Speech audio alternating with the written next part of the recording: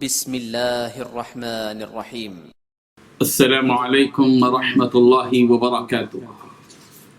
الحمد لله حمدا كثيرا طيبا مباركا فيه، والصلاة والسلام على أشرف الأنبياء والمرسلين محمد وآله وصحبه أجمعين، أما بعد. حاضرین و ناظرین، یہ درس نمبر 976 ہے، 976، اور آج سورہ یوسف کی 2 آیتوں کی تلاوت اور تشریح کی جائے گی، آیت نمبر 87 اور 88، 87 اور 88۔ چلیے سب سے پہلے ان 2 آیتوں کی تلاوت کرتے ہیں، لفظی ترجمے اور ترجمے کے بعد تشریح کرتے ہیں۔ اعوذ باللہ من الشیطان الرجیم، بسم اللہ الرحمن الرحیم۔ یا بنی اذهبوا فتحسسوا من یوسف واخیہ ولا تيأسوا من روح الله إنه لا ييأس من روح الله إلا القوم الكافرون فلما دخلوا عليه قالوا يا أيها العزيز مسنا وأهلنا الضر وجئنا ببضاعة مزجاة فأوف لنا الكيل وتصدق علينا إن الله يجزي المتصدقين صدق الله العظيم۔ لفظی ترجمہ یہ ہے، یا بنیا، اے میرے بیٹو، اذهبوا، تم سب جاؤ، فتحسسوا، اور تلاش کرو، من یوسف، یوسف کو، واخی، اور اس کے بھائی کو، ولا تیأسوا، نہ مایوس ہونا، من روح اللہ، اللہ کی رحمت سے، انہ لا ییأس، بے شک مایوس نہیں ہوتے، من روح اللہ، اللہ کی رحمت سے، الا القوم الکافرون، مگر کافر لوگ ہی۔ فلما، پھر جب دخلوا، وہ داخل ہوئے، علیہ، اس یوسف پر، قالوا، انہوں نے کہا، یا ایھا العزیز، اے عزیز، مسنا، پہنچی ہے ہمیں، واہلنا، اور ہمارے اہل و عیال کو، الضر، تکلیف، وجئنا ببضاعۃ، اور لائے ہم پونجی، مزجات، ناقص، فاوفی، چنانچہ آپ پورا دیجئے، لنا، ہمارے لیے، الکیل، ماپ غلے کا، وتصدق، اور صدقہ خیرات کیجئے، علینا، ہم پر، ان اللہ، بے شک اللہ، یجزی، جزا دیتا ہے، المتصدقین، صدقہ خیرات کرنے والوں۔ ترجمہ ہی ہے، بیٹا یوں کرو کہ ایک دفعہ پھر جاؤ اور یوسف اور اس کے بھائی کو تلاش کرو، اور اللہ کی رحمت سے نا امید نہ ہو، کہ اللہ کی رحمت سے بے ایمان لوگ نا امید ہوا کرتے ہیں۔ جب وہ یوسف کے پاس گئے تو کہنے لگے کہ اے عزیز، ہمیں اور ہمارے اہل و عیال کو بڑی تکلیف ہو رہی ہے، اور ہم تھوڑا سا سرمایہ لائے ہیں، آپ ہمیں اس کے عوض پورا غلہ دے دیے، اور خیرات کیجیے کہ اللہ تعالیٰ خیرات کرنے والوں کو ثواب دیتا ہے۔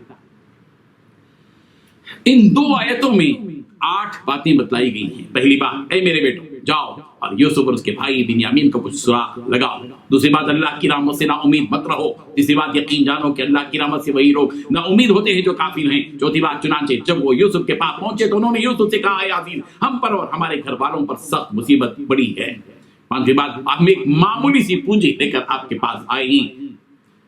چھٹویں بات، آپ ہمیں پورا غلہ دے دیجیے۔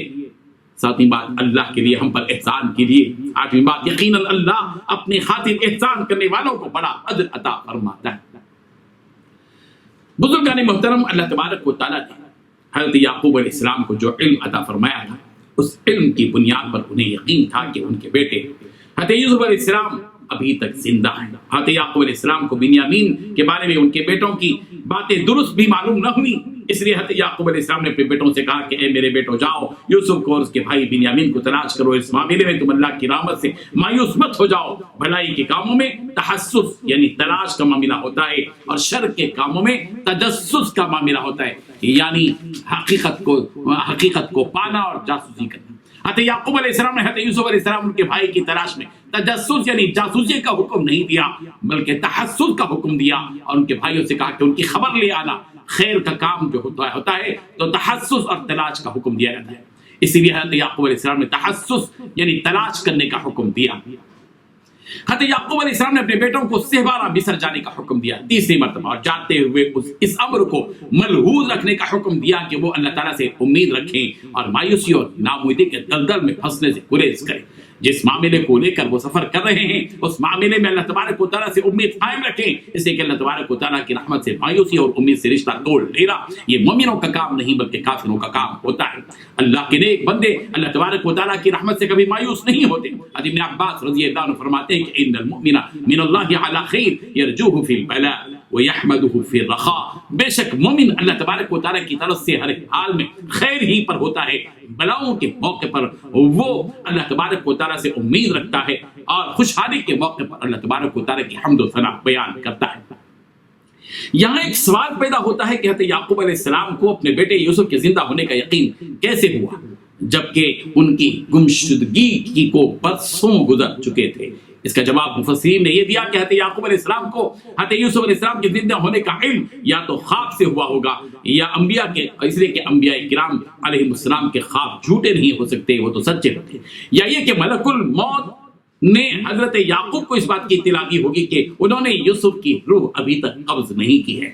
بہرحال حضرت یوسف علیہ السلام کے سارے بھائی اپنے ابا جان کے حکم سے مصر کی طرف روانہ ہوئے، چونکہ بھائیوں کو غلہ ملنے کی بھی امید تھی کہ جائے کہ انہیں یوسف اور بنیامین کے ملنے کا یقین ہو یا نہ ہو۔ چنانچہ ان بھائیوں نے مصر پہنچ کر حضرت یوسف علیہ السلام سے غلے کے بارے میں بات کی۔ اے عزیز، ہمارے گھر والوں کو تکلیف پہنچی ہے، یعنی اپنی فاقہ کشی کی تصویر پیش کی، اور جو مختصر سی پونجی لے کر مصر سے پہنچے تھے، مصر پہنچے تھے کنعان سے، اس پونجی کے بے حیثیت ہونے کا اعتراف بھی کیا۔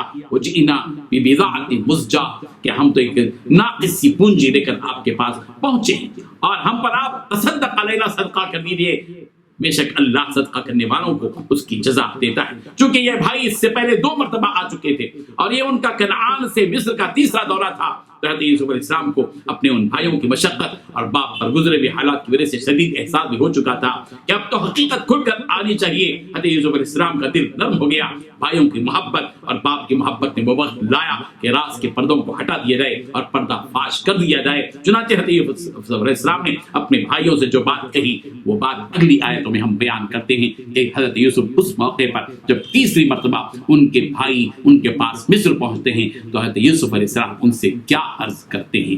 اللہ تبارک و تعالی ہم سب کو ان واقعات سے سبق حاصل کرنے کی توفیق عطا فرمائے۔ وآخر دعوانا ان الحمد للہ رب العالمین۔